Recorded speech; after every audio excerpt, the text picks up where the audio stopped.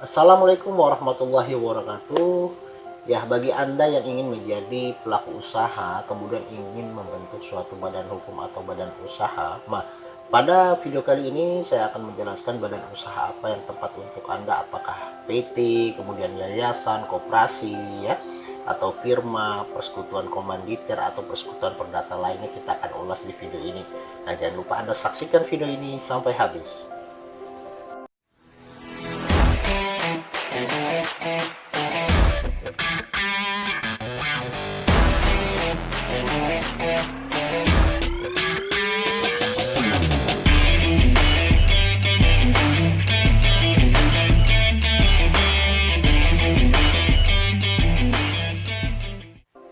Oke, teman-teman, di sini saya ingin menjelaskan mengenai badan usaha dan badan hukum. Ya, perlu Anda ketahui bahwa badan usaha merupakan kesatuan hukum dan usaha ekonomi demi mencari suatu keuntungan. Ya, sementara kalau badan hukum tidak seperti itu. Ya, tidak ada untuk mencari suatu keuntungan. Tapi badan usaha itu dibagi dua, ya. Ada badan usaha yang berbadan hukum dan badan usaha yang tidak berbadan hukum. Nah, perbedaannya adalah badan usaha yang berbadan hukum itu kepemilikan harta pribadi dengan harta usahanya itu dipisahkan. Jadi pemilik harta itu sendiri bertanggung jawab terhadap harta pribadinya saja. Nah, sementara kalau badan usaha yang tidak berbadan hukum itu tidak ada pemisahan antara harta pribadi dengan harta yang untuk sebagai usahanya, tentunya seperti itu. Ya, jadi tetap gabung saja. Nah, contoh untuk badan usaha yang berbadan hukum itu seperti PT, ya, kemudian yayasan, kemudian koperasi, ya. Dan juga untuk badan usaha yang tidak berbadan hukum itu seperti persekutuan perdata, kemudian ada firma, ya, kemudian persekutuan komanditer atau CV dan sebagainya. Jadi Anda sudah jelas ya mengenai badan usaha dan badan hukum, ya. Dan sementara badan usaha itu terbagi dua tadi, ya, ada yang berbadan hukum dan ada yang tidak. Tinggal Anda ingin menentukan ke arah mana nantinya, seperti itu. Oke teman, mengenai PT, ya, atau perseroan terbatas. Nah, PT ini merupakan badan usaha yang berbadan hukum tentunya. Nah, jadi PT itu harus memiliki akta notaris dan telah mendapat pengesahan dari Kementerian Hukum dan HAM tentunya. Nah, adapun PT ini memiliki struktur organisasi yang sangat jelas, ya. Minimal itu didirikan 2 orang, yaitu ada direksi dan komisaris. Nah, adapun untuk tugas direksi itu melakukan proses pengelolaan, ya, terhadap PT itu sendiri dan melakukan tindakan-tindakan untuk pengembangan dari bisnis di PT itu sendiri. Nah, sementara untuk tugas komisaris itu melakukan suatu pengawasan terhadap kinerja yang dilakukan oleh pihak direksi, ya, dan dari segi sektor usaha yang ada di PT itu sendiri, itu selaku komisaris. Nah, adapun direksi itu sendiri untuk keputusan yang bersifat krusial, ya, atau keputusan yang bersifat lebih strategis itu harus mendapatkan dari rapat umum pemegang saham.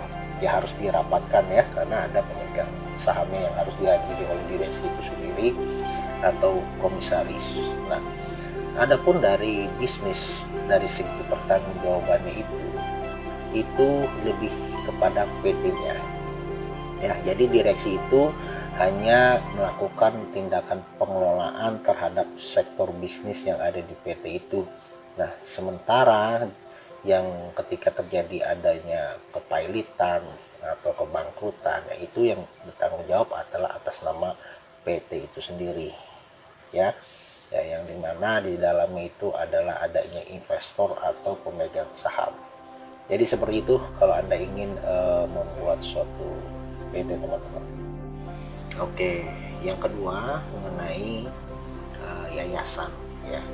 Jadi yayasan merupakan suatu badan usaha ya yang berbadan hukum ya. Namun memiliki tujuan yang berbeda.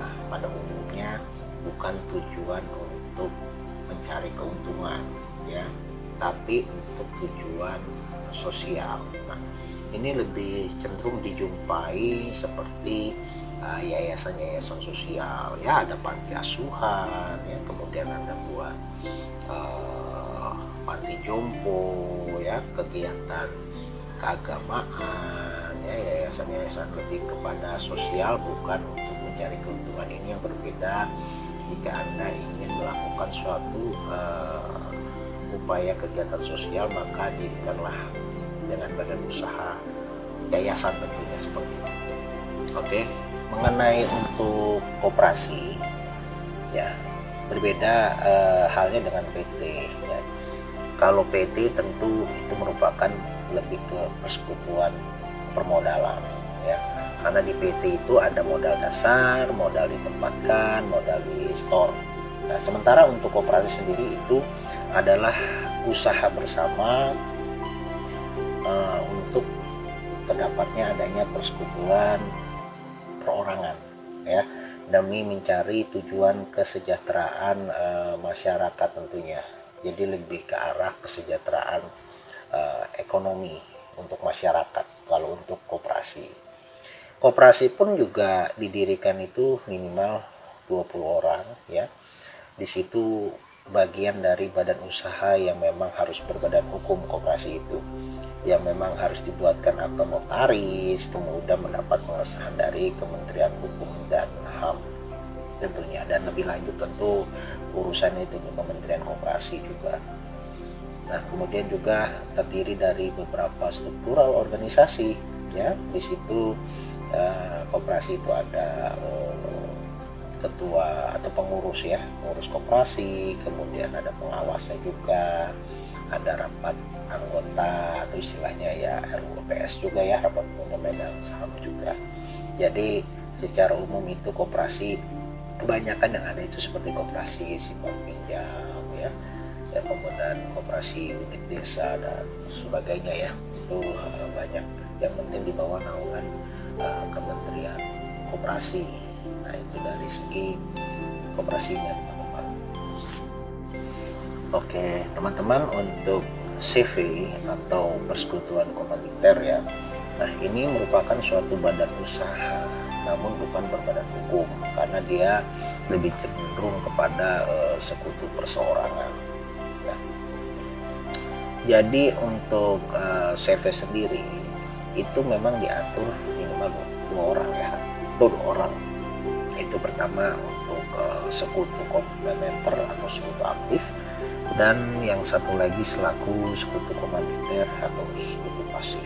Nah, adapun untuk sekutu aktif, dia adalah yang melakukan pengelolaan terhadap bisnis usahanya, yang memberikan keputusan ya terhadap usaha CV itu sendiri. Sementara untuk sekutu pasif hanya sebatas memberikan modal saja seperti itu ya, atau invest lah ya. Nah, namun demikian untuk sekutu aktif yang melakukan pengelolaan terhadap usahanya, dia bertanggung jawab penuh juga terhadap usaha yang dilakukannya. Jika memang CV itu terjadi hal resiko kerugian, maka sekutu aktif itu pun juga bisa menggunakan harta pribadinya bertanggung jawab terhadap CV itu sendiri ya. Jadi bisa diwajibkan juga untuk mengganti dari usaha yang dia kelola tentunya terhadap CV itu sendiri. Jadi itu ya perbedaan bahwa CV ada sekutu aktif dan sekutu pasif. Jadi seperti itu. Nah, walaupun dia badan usaha yang bukan berbadan hukum, namun CV ini terbentuk dari kitab Undang-Undang Hukum Dagang, yang dimana tetap harus dibuatkan akte notaris, kemudian didaftarkan Kementerian Hukum dan HAM. Hanya saja mengenai jenisnya itu dia bukan badan hukum, tapi sekutu perorangan seperti itu. Oke, teman-teman, untuk yang selanjutnya mengenai badan usaha jenis perseorangan ya.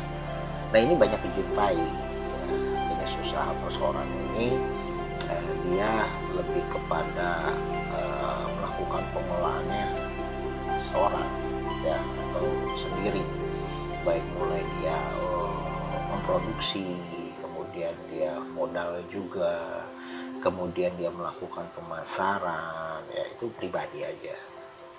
Nah, itu bisnis yang dijalankan jika Anda ingin ambil usaha perseorangan. Nah, untuk badan usaha perseorangan sendiri pun juga bisa diresmikan ya melalui akta notaris ya, demi untuk menambah kepercayaan dari konsumen tentunya ya. Jadi kalau ternyata itu perseorangan dijadikan suatu badan usaha menggunakan akta notaris, kan lebih seolah-olah resmi lah ya, jadi menarik atau memikat daripada konsumen, lebih trust aja, lebih ke arah situ. Walaupun kalaupun tidak dibuatkan akta notaris, banyak kita jumpai usaha-usaha perseorangan saat ini seperti pedagang kaki lima, jasa ya, dan sebagainya, itu masuknya kategori jenis usaha perseorangan, teman-teman. Oke, teman-teman, yang terakhir firma ya. Nah, firma itu sendiri lebih kepada minimal itu 2 orang atau lebih ya. Itu kerjasama, join lah ya kalau istilahnya saat ini, dengan modal masing-masing, kemudian dibaginya sesuai porsi masing-masing. Contoh ya, saya mungkin bertiga ingin usaha kuliner. Nah, maka saya memberikan modalnya itu 50%. Nah, kemudian 2 orang teman saya itu 2,5% ya, 2,5% juga, seperti itu. Nah, jadi nanti dari modal yang ada kemudian dibuat usaha operasional. Nah, setelah mendapatkan hasil, setelah dipotong untuk biaya operasional, maka hasil laba keuntungan itu dibagi sesuai dengan porsinya ya. Nah, maka kalau misalkan keuntungannya 1 juta, nah, saya dapat 500.000. Nah, teman saya masing-masing 250.000. Nah, jadi itu kepada ke firma ya. Nah, itu termasuk kategori badan usaha, teman-teman. Nah, nanti itu bisa dibuatkan di notaris juga. Oke, teman-teman, saya tambahkan lagi, jadi ada juga badan usaha namanya UD ya, atau usaha dagang. Nah, ini lebih cenderung kepada perseorangan juga sebetulnya, namun dia lebih khusus kepada perdagangan ya. Jadi misalkan jual beli barang seperti itu, kemudian dia membeli dan menjual demi mencari keuntungan ya, tujuannya. Nah, mungkin kalau yang lebih besarnya lagi, usaha dagang itu bisa menjadi waralaba atau franchise sebutannya, seperti itulah. Jadi masuk kategori badan usaha usaha dagang ya. Oke, teman-teman ya, jadi dari video yang tadi saya ulas itu merupakan bagian dari beberapa badan usaha saja yang sering kita dengar tentunya. Sebetulnya masih banyak lagi jenis badan usaha seperti Persero ya, kemudian PD perusahaan daerah, kemudian ada Perjan perusahaan negara jawatan, kemudian juga ada Perum ya, perusahaan negara umum, dan sebagainya yang belum saya ulas karena akan terlalu banyak, dan ulasan yang saya sampaikan itu masih bersifat umum ya, pengenalan umum aja bagi Anda yang ingin mulai menjadi pelaku usaha, menentukan usaha apa dan badan usaha apa yang harus diambil.